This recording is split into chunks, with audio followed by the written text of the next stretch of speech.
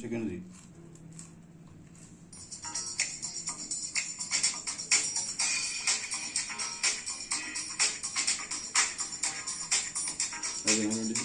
గోంగూర chicken ఉల్లిగడ్డలు cut చేసినాం, ఉల్లిగడ్డలు కట్ చేసినాం.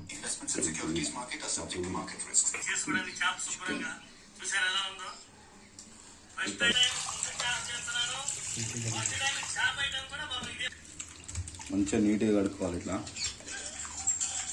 మంచిగా నీట్గా కడుక్కొని నీళ్ళు రక్తం అంతా పోయేంటారు. రక్తం 2-3 వాళ్ళు ఎట్లా ఇస్తారో తెలియదు. చికెన్ మొత్తం కొవ్వు వేసినాడు, పర్లేదు ఆయన తింటామంట.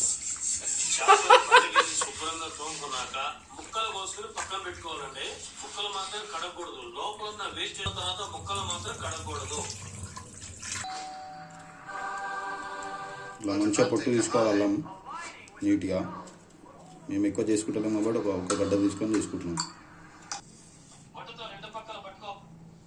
మూత మీద ఇక గరిట అయితే పెట్టకూడదు అనమాట. దీనికి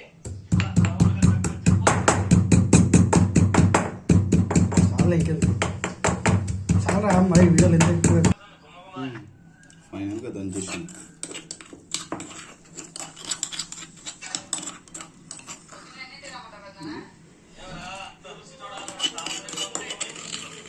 మన అల్లం న్యాచురల్గా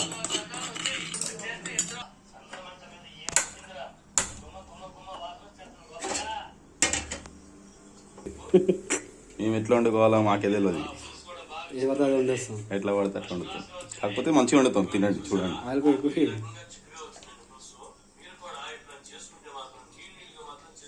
మెల్లగా కొంచెం ఆయిల్ ఆగిన తర్వాత ఇప్పుడు ఇట్లా పొగ వస్తుంది, అప్పుడు మనం వేసుకోవాలి.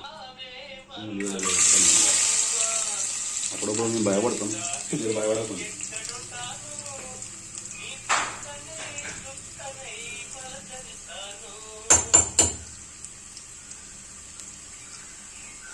మంచిగా బ్రౌనిష్ వచ్చేలాగా కలుపుకోవాలి మనం. నూనెలా కొంచెం ఫ్లేమ్ ఎక్కువ పెట్టుకోండి.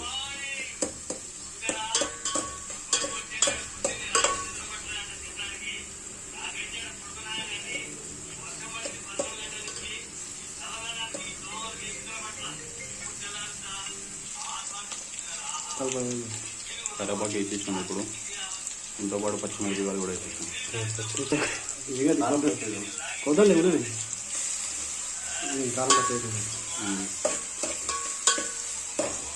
మామిడి పచ్చిమిర్చి బగారా కోసం పెట్టిండు, కాకపోతే మేము మొత్తం వేసేసాం తెలియగా.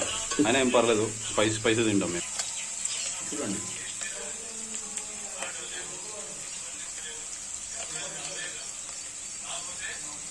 ముందే వేసుకుంటాము, ఎందుకంటే లాస్ట్కి వేయాల్సింది కూడా నోట్లకే కదా. అది